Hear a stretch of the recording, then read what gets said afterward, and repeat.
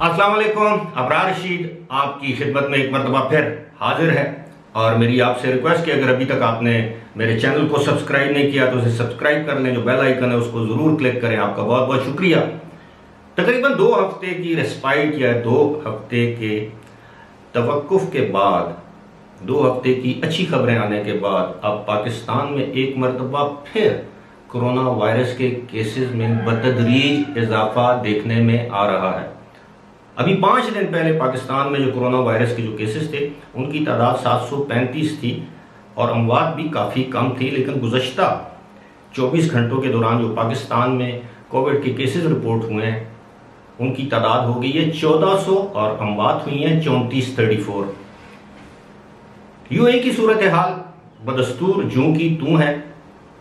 Cases की तादाद में इजाफा देखने में आ रहा है और अब तो यूएई की अथॉरिटीज़ ने यह ऐलान किया है कि यूएई में रिपोर्ट होने वाले जो केसेस हैं उनमें 34% जो केसेस हैं वो डेल्टा या डेल्टा प्लस न्यू वेरिएंट के हैं, जो कि इंतहाई ख़तरनाक, मोहलिक और इंतहाई तेज़ी से फैलने वाला वायरस है और यूएई अब उसकी जद में है। 34% बहुत बड़ी तादाद होती है। यही वजह है कि इस सारी सूरत हाल के पेश नज़र दुनिया के बहुत से ममालिक ने यूएई को रेड लिस्ट में डालना शुरू कर दिया है। यहाँ तक कि अब सऊदी अरब ने भी यूएई को रेड लिस्ट में डाल दिया है। वहाँ से आने और जाने वाली तमाम मुसाफिर परवाज़ों पर पाबंदी आयद कर दी है। यूएई से आने वाले किसी शख्स को सऊदी अरब में जाने की या आने की इजाज़त नहीं दी जाएगी। अगर इसी तरह जिस तरह पाकिस्तान पर पाबंदियाँ हैं, किसी तीसरे मुल्क से भी अगर यूएई का बाशिंदा 14 दिन से पहले सऊदी अरब जाएगा तो उसको भी जाने की इजाज़त नहीं दी जाएगी। यहाँ तक कि अगर सऊदी नेशनल्स भी इस वक्त यूएई से सऊदी अरब जाना चाहें तो वो भी नहीं जा सकते।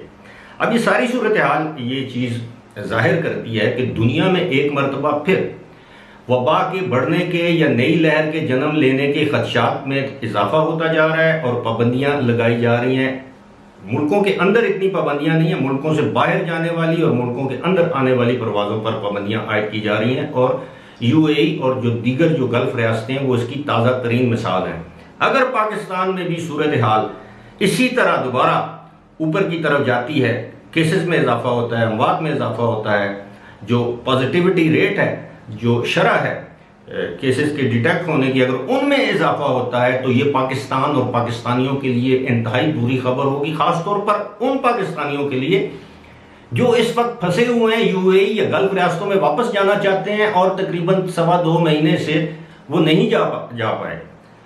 ऐसे लोगों के लिए बड़ी, जिसे कहते हैं, ये तशवीश वाली बात होनी चाहिए और है। और एक और बात मैं ये वाज़ेह करता चलूँ कि हम लोगों ने अचानक हम लोगों ने तमाम प्रोटोकॉल्स को खैरबाद कह दिया। हम लोग मार्केट्स में जाते हैं, मास्क नहीं पहनते, समाजी फासला बरकरार नहीं रखते, क्योंकि हुकूमत ने ऐलान कर दिया जी अब सतह खैरा है, स्कूल कॉलेज खुल गए, दफातर खुल गए, तो जी इसका मतलब अब ईद आने वाली है। अगर ईद पर यही सूरत हाल बरकरार रही तो आप यकीन जानिए, अल्लाह करे मेरे मुंह में खाक यानी खाकम बदहन, पाकिस्तान पर मजीद पाबंदियां लागू होंगी और जो पाबंदियां लागू हैं इनमें मजीद सख्ती आ जाएगी, खुदा न ख्वास्ता, क्योंकि ये तमाम चीज़ें डिपेंड करती हैं पाकिस्तान के अंदर कोरोना वायरस की सूरत हाल। अगर सूरत हाल ठीक होगी, बेहतरी की तरफ आएगी तो मुल्क हमसे पाबंदियां उठा देंगे। अगर सूरत हाल बेहतरी की बजाय अबतरी की तरफ जाएगी तो ये पाबंदियां मजीद लगेंगी।